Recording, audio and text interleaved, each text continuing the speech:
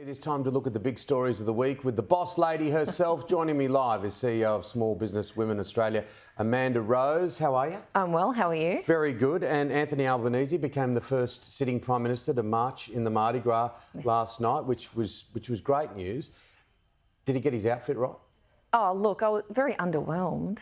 I was expecting some sparkle. You would like to see some sequins? Yes, absolutely. Isn't that what it's, that's kind of like the theme. Look, there you go. His partner's wearing sparkle. So I think you could have worn maybe a silver tie with a black shirt or something. Chris Minns up front and centre next to him there. Exactly. So I actually think maybe they could have matched, with a red jacket each or something along those lines. But yeah, I think there was an opportunity to really be flair, have a bit of flair, and he missed it. So maybe next time. But in Tanya Plibersek, but a step in the right direction. Look, Tanya always dressed very well. I mean, that's a But the whole jacket. idea of them being there is a step. Yeah, well, exactly. The point is that having a Prime Minister be there at the grassroots community activities, and this is a start of many, and hopefully we see him at all different other activities as well. So everyone feels like he represents them.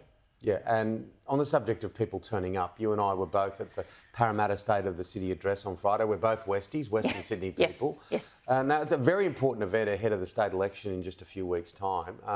Dominic Perrottet sent a video message, no sign of Chris Minns. I was a bit surprised. I know they're busy, but I would have thought they would have been at something like, even for a quick appearance.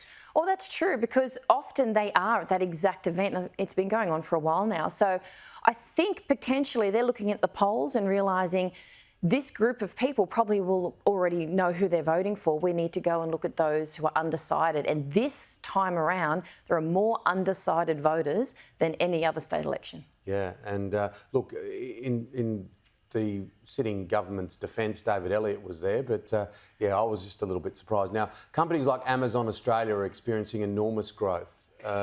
It's great for Amazon, but what do small retailers? Well, yes, exactly. So just on online sales in a year, over $800 million of sales. So that's money that's not coming from the small business community. And what a lot of people don't realise is that Amazon is mainly automated. So you don't even have, the working class people in the warehouse packing. It's all done by robots. So I just encourage people that not just during hard times, but in general, if you have the ability to do so, find the small business alternative to what it is that you're doing online. You can buy online for small business, but Amazon has this, a lot of TikTok fads and so forth. People go straight to Amazon, go to your local business. Keep that family alive, because small businesses are really copying it. And innovation is important, isn't it? Being a little bit different is important for bricks and mortar.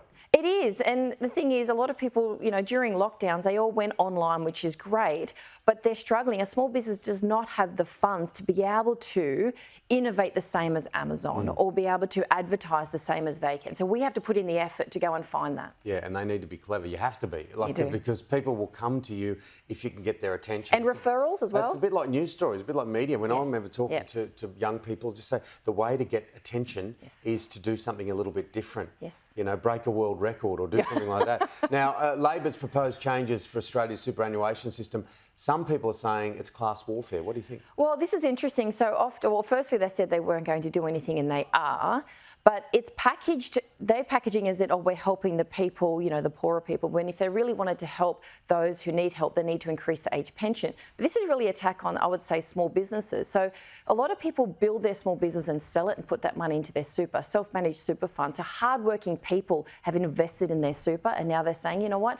We want a piece of that pie, we want to tax that more. So I think leave it alone. We're forced, mind you, as a small business owner as well, we're forced to pay more and more super to the individual. So I think they're not being as honest as they should be. They shouldn't be touching it. Yes, I understand that the ultra elite get away with a lot, but we're talking about the middle class here. We're attacking the middle class, which then will be forced to go down to living like the working class. So really increase age pension and don't touch super. But what about that top tier? They're talking around that $3 million mark. Look, if you've got $3 million in super, you would expect that you've got enough.